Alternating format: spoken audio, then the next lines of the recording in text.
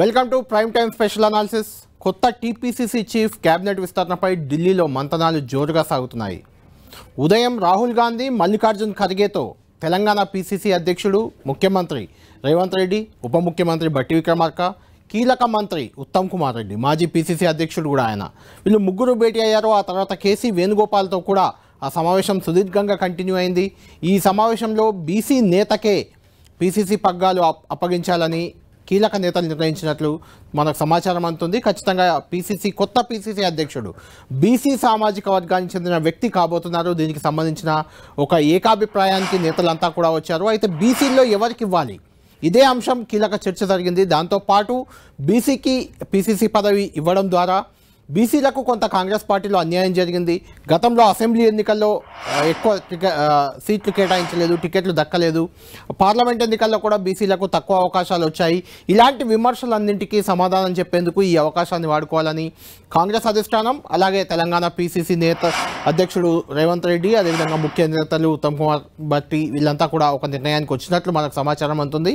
దీంతో ఈసారి కొత్తగా కాబోయే పీసీసీ నేత ఖచ్చితంగా బీసీ సామాజిక వర్గానికి చెందిన నేత కాబోతున్నారు. అందులో ఇద్దరి పేర్లు ప్రముఖంగా వినిపిస్తున్నాయి. ఒకరు మధు యాష్కి గౌడ్, మాజీ ఎంపీ, గతంలో నిజామాబాద్ నుంచి ఆయన ప్రాతినిధ్యం వహించారు.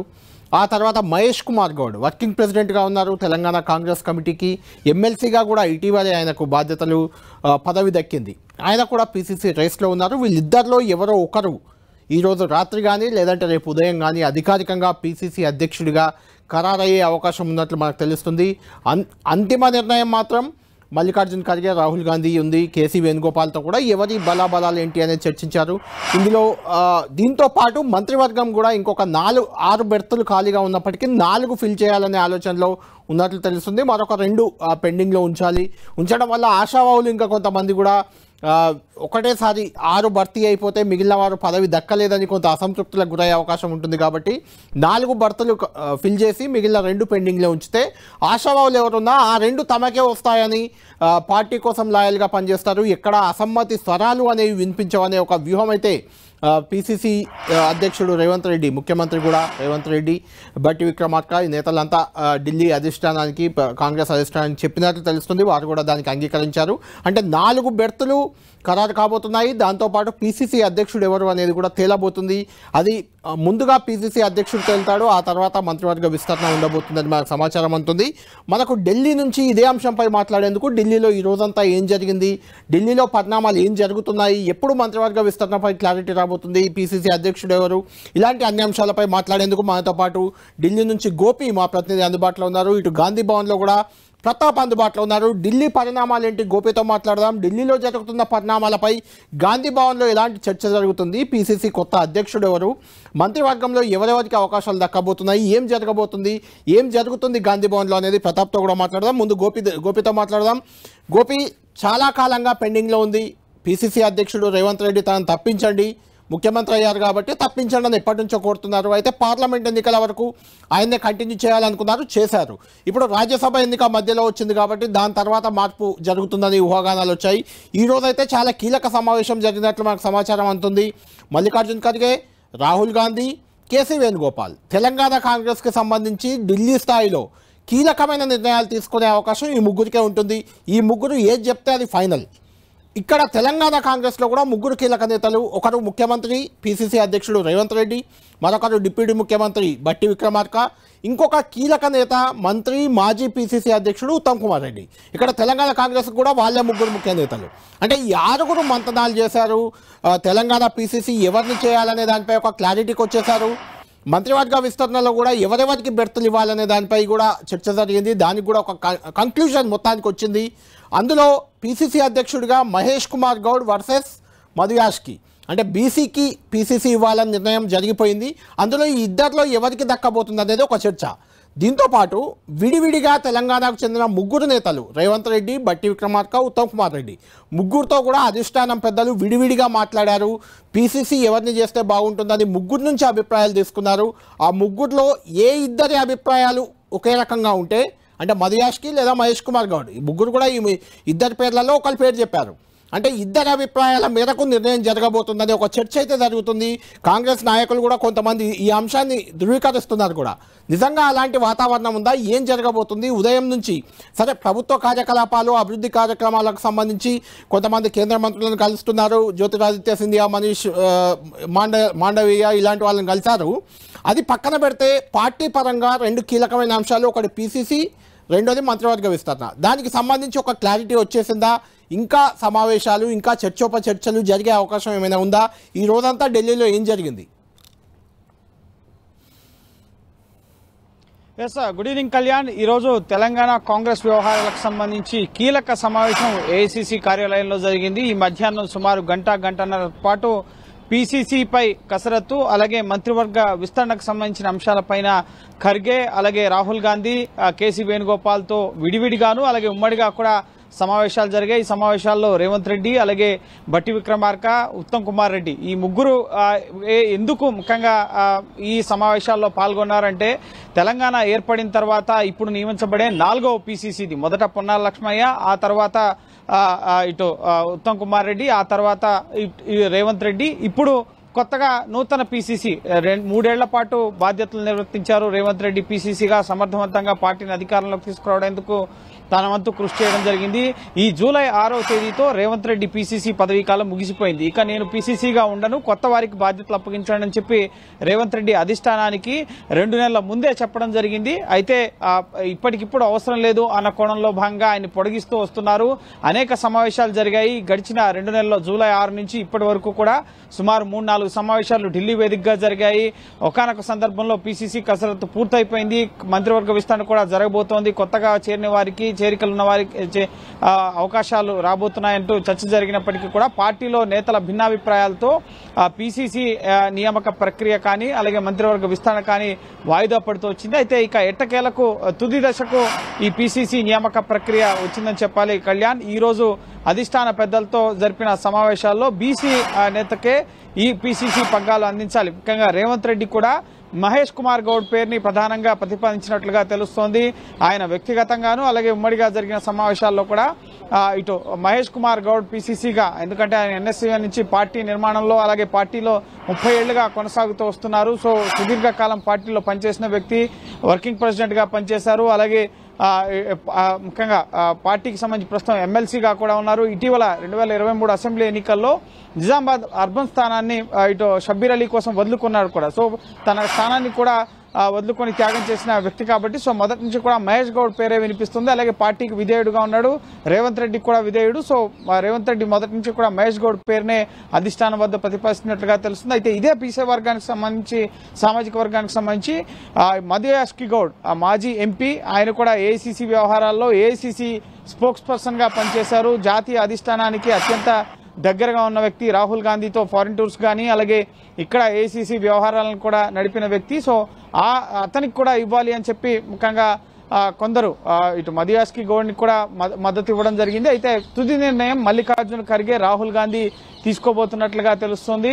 మెజార్టీ ముఖ్యమంత్రి అభిప్రాయం మాత్రం మహేష్ కుమార్ గౌడ్ వైపు ఉన్నట్లుగా తెలుస్తోంది. అలాగే ఇటు మధుయాష్కి గౌడ్ ఎందుకో ఆయన వద్దు అన్న అంశాలకు సంబంధించి కూడా ముఖ్యంగా భవిష్యత్తులో ఇబ్బందికర పరిస్థితులు తలెత్తాయి. బీసీ సామాజిక వర్గానికి సంబంధించి నెక్స్ట్ ముఖ్యమంత్రి రేసులో ఉండే అవకాశం ఉంటుంది. సో కొన్ని సమీకరణాలు బేరీజు వేసుకుని మహేష్ కుమార్ గౌడ్ వైపే రేవంత్ రెడ్డి మొగ్గు చూపినట్లుగా కూడా తెలుస్తుంది.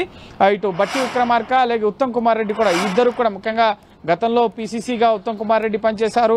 ఆ పార్టీని అధికారంలోకి తీసుకురావడంలో బట్టి విక్రమార్క కీలకంగా వ్యవహరించిన వ్యక్తి. గడ్డు కాలంలో పార్టీని అందరూ విడిపోతున్న తరుణంలో బట్టి విక్రమార్క ఒక్కడే ఉండి ముందుండి నడిపించిన వ్యక్తి. సో వీరి అభిప్రాయాలను కూడా తీసుకుని పార్టీ భవిష్యత్తులో ఎటువంటి ఇబ్బందికర పరిస్థితులు ఎదుర్కొనకుండా సామాజిక వర్గాల వారీగా, అలాగే ఇటీవల అసెంబ్లీ సెగ్మెంట్ లో కానీ పార్లమెంట్ సెగ్మెంట్ లో కానీ బీసీలకు అన్యాయం జరిగింది అన్న ఒక చర్చ అయితే ఉంది పార్టీలో. సో ఇప్పుడు దాన్ని పిసిసి పదవి ఇచ్చి ముఖ్యంగా అసంతృప్తిని సద్దుమణిగించే యోచనలో కూడా అధిష్టానం ఉన్నట్లుగా తెలుస్తుంది. అందులో భాగంగానే బీసీల వైపుకే ఎక్కువగా మొగ్గు చూపారు. ముఖ్యంగా ఎస్సీ సామాజిక వర్గం నుంచి కూడా లక్ష్మణ్ అలాగే సంపత్ పేరు వినిపించడం జరిగింది. అలాగే ఎస్టీ సామాజిక వర్గం నుంచి బలరాం నాయక్ పేరు వినిపించడం జరిగింది. కానీ మొదటి నుంచి ఉన్న పేరు ముఖ్యమంత్రి సూచించిన పేరు ఇటు మహేష్ కుమార్ గౌడ్ ఈయన పేరు. సో ఈయనే ఫైనల్ చేయబోతున్నట్లుగా కూడా తెలుస్తోంది. అయితే ఒకవేళ అధిష్టానం ముఖ్యంగా ఇటు బట్టి విక్రమార్క కానీ ఉత్తమ్ కుమార్ రెడ్డి ఇద్దరు కూడా ఏమైనా భిన్నాభిప్రాయాలు వ్యక్తం చేసి మధు యాష్కి గౌడ్కి ఇవ్వాలి అని ఒకవేళ సూచిస్తే కనుక దాన్ని పునరాలోచన చేసే అవకాశం కూడా ఉంటుంది. సామాజిక వర్గాలకు సంబంధించి మంత్రివర్గంలో స్థానం కల్పించే అవకాశం కూడా ఉన్నట్లుగా తెలుస్తోంది. అంటే గోపి ఇక్కడ ఒక పాయింట్ ఏంటంటే మహేష్ కుమార్ గౌడ్ మధు యాష్కి గౌడ్ ఇద్దరు కూడా ఒకే జిల్లా, నిజామాబాద్ జిల్లా, ఇద్దరు ఒకే సామాజిక వర్గానికి చెందిన వాళ్ళు. అయితే మహేష్ కుమార్ గౌడ్కి ఎమ్మెల్సీగా అవకాశం దక్కింది కాబట్టి ఆయనకు కొంత అవకాశాలు సన్నగిల్లాయి, మధు యాష్కి గౌడ్కి అవకాశం ఉంటుంది అనే కొద్ది రోజులుగా అయితే చర్చ ఉంది. అంటే అందులో ఏమైనా అలాంటి అవకాశం ఉందా ఒకటి. రెండోది మధు యాష్కి గౌడ్ కూడా ఓడిపోవడం అనేది ఆయన కొంచెం మైనస్గా మారింది, అందువల్ల ఆయన పీసీసీ కాకపోవచ్చు అని అటు ఆయన మైనస్ ఆయనకు ఉంది. ఈ రెండిట్లో దేని ఇంపాక్ట్ ఎక్కువగా కనిపిస్తుంది మీకు? ఎస్, టికెట్ దక్కించుకొని ముఖ్యంగా మధు యాష్కి గౌడ్ ఓడిపోవడం జరిగింది. టికెట్ త్యాగం చేసి మహేష్ కుమార్ గౌడ్ ఇక్కడ ముఖ్యంగా ఎమ్మెల్సీ పదవి దక్కించుకున్నారు. సో రెండింటికి డిఫరెన్స్ అనేది ఉంది. అలాగే పార్టీలో ముఖ్యమంత్రికి ముఖ్యంగా అత్యంత సన్నిహితుడుగా, ఎటువంటి విభేదాలు లేని వ్యక్తిగా, ఇతరులతో సఖ్యత్వం మెలిగే వ్యక్తిగా మహేష్ కుమార్ గౌడ్కి మంచి పేరుంది. అలాగే స్థానికంగా ముఖ్యంగా క్షేత్రస్థాయిలో పార్టీ నిర్మాణం పైన కానీ పీసీసీలో పనిచేసిన అనుభవం కానీ ఇవన్నీ కూడా నెక్స్ట్ భవిష్యత్తులో పీసీసీగా ఆయన సారథ్యంలో పార్టీని నడిపించడానికి మహేష్ కుమార్ గౌడ్కి కొంత ప్లస్ పాయింట్స్ ఎక్కువగా ఉన్నాయని చెప్పి రేవంత్ రెడ్డి భావిస్తున్నారు. అందులో భాగంగానే ఇప్పుడు మధు యాష్కి గౌడ్ని కాకుండా ఇటు మహేష్ కుమార్ గౌడ్ అయితే ముఖ్యంగా ఆయన ఎంపీగా ఆయనకు కూడా అనుభవం ఉంది. అలాగే ఏఐసీసీలో స్పోక్స్ పర్సన్గా పనిచేశారు. ఇటు జాతీయ స్థాయిలో ఏఐసీసీలో మంచి సంబంధాలున్నాయి రాహుల్ గాంధీ, సోనియా గాంధీతో పాటు అధిష్టాన పెద్దలతో. కానీ ముఖ్యంగా మధు యాష్కి గౌడ్ లాంటి వారిని సిడబ్ల్యూసీ కానీ, ఎందుకంటే ఏఐసీసీలో కూడా సంస్థాగతంగా మార్పులు రాబోతున్నాయి. ఏఐసీసీ సెక్రటరీస్లు, కార్యదర్శులు, ప్రధాన కార్యదర్శులు, సిడబ్ల్యూసీ మెంబర్స్లో కూడా మార్పులు జరగబోతున్నాయి. రాహుల్ గాంధీ తన టీంని ఇక్కడ ఢిల్లీ వేదికగా సిద్ధం చేసుకోబోతున్నారు. కాబట్టి నెక్స్ట్ ఎలక్షన్స్ ముఖ్యంగా మరింత రసవత్తరంగా ఉండబోతున్నాయి. కాబట్టి ఇప్పుడు ముఖ్యంగా ప్రతిపక్ష నేత పాత్రను ఆయన ఇక్కడ పోషిస్తున్నారు. కాబట్టి సో ఏఐసీసీ స్థాయిలో కూడా తెలంగాణ నుంచి ఎవరెవరు ప్రాతినిధ్యం ఉండాలి. ఇటీవల మనం చూసాం అభిషేక్ మను సింఘ్వీని ఇటు తెలంగాణ నుంచి రాజ్యసభకి పంపించడం జరిగింది. సో అదేవిధంగా మధు యాష్కి గౌడ్కి జాతీయ స్థాయిలో ఏఐసీసీలో ఆయనకు అనుభవం ఉంది. సో ఖచ్చితంగా ఏఐసీసీలో ఆయన సేవలను ఉపయోగించుకునే ఆలోచన ముఖ్యంగా అధిష్టానానికి ఉన్నట్లుగా తెలుస్తుంది. అందులో భాగంగానే రేవంత్ రెడ్డి కూడా క్షేత్రస్థాయిలో మహేష్ కుమార్ గౌడ్కున్న ఆయనకున్న అనుభవం కానీ, ఆయనకున్న ప్లస్ పాయింట్స్ ని దృష్టిలో ఉంచుకుని, అలాగే భవిష్యత్తులో థ్రెట్ కాదు, మహేష్ కుమార్ గౌడ్ విధేయుడుగా ఉంటాడు. అలాగే ఇటు మధు యాష్కి గౌడ్ చాలా సీనియర్, రేవంత్ రెడ్డి కన్నా ముందు నుంచి పార్టీలో ఉన్న వ్యక్తి, సుదీర్ఘకాలం ముఖ్యంగా ఆయన కూడా ఎంపీగా పనిచేశారు. సో ఈ విషయాలు బీసీ సామాజిక వర్గాన్ని ఏకతాటిపైకి తీసుకొచ్చే వ్యక్తి ఇటు మధు యాష్కి గౌడ్. ఢిల్లీలో కూడా అసెంబ్లీ సెగ్మెంట్లో కానీ, పార్లమెంట్ సెగ్మెంట్లో కానీ టికెట్లు రానప్పుడు ఢిల్లీ కాన్స్టిట్యూషన్ క్లబ్ లో సమావేశాలను ఏర్పాటు చేసి బీసీలకు అన్యాయం జరుగుతుందని చెప్పి పార్టీలో గలం విప్పి బీసీ నేతల వాణిని అధిష్టానం దృష్టికి తీసుకెళ్లిన వ్యక్తి మధు యాష్కి గౌడ్. సో ఖచ్చితంగా మధు యాష్కి గౌడ్ ఎందుకు మధు యాష్కి గౌడ్ వైపు మొగ్గు చూపలేదు రేవంత్ రెడ్డి అనడానికి కొన్ని కారణాలున్నాయి. ఇటు మహేష్ కుమార్ గౌడ్ వైపు ఎందుకు మొగ్గు చూపారు అనడానికి ఇటు తన అసెంబ్లీ సెగ్మెంట్ స్థానాన్ని, నిజామాబాద్ అర్బన్ స్థానాన్ని త్యాగం చేయడం కానీ. సో ఇద్దరు కూడా నిజామాబాద్ జిల్లాకు సంబంధించిన నేతలే.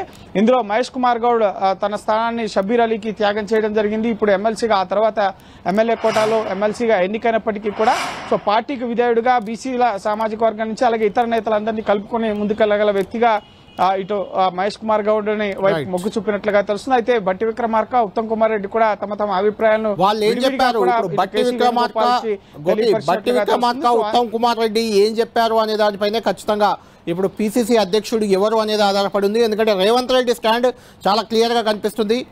బట్టి విక్రమార్క, ఉత్తమ్ కుమార్ రెడ్డి వీళ్ళు ఏం చెప్పారు అనేది చాలా ఇంట్రెస్టింగ్ ఫ్యాక్టర్ గోపి.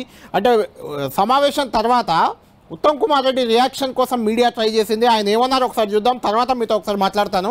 ఒకసారి చూద్దాం ఉత్తమ్ కుమార్ రెడ్డి ఏమన్నారు. నాకేం తెలియదు,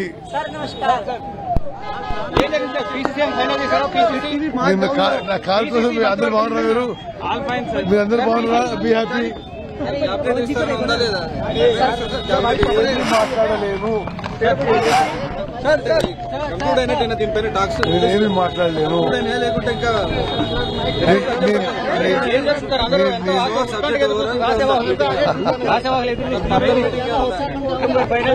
సార్ అంటే నిన్నే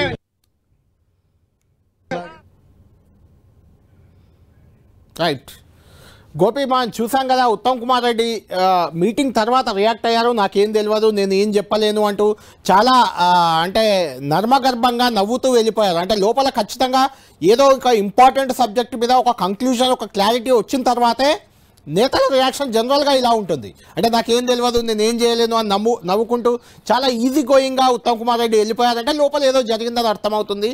ఓవరాల్గా పీసీసీ రేసు విషయంలో మాత్రం రేవంత్ రెడ్డి క్లియర్గా ఉన్నారు. ఉత్తమ్ కుమార్ రెడ్డి లోపల ఏం చెప్పారు అనేది బయట మాత్రం ఆయన చెప్పలేదు. మరి ఏం చెప్పారు, ఏం జరగబోతుందో చూడాలి.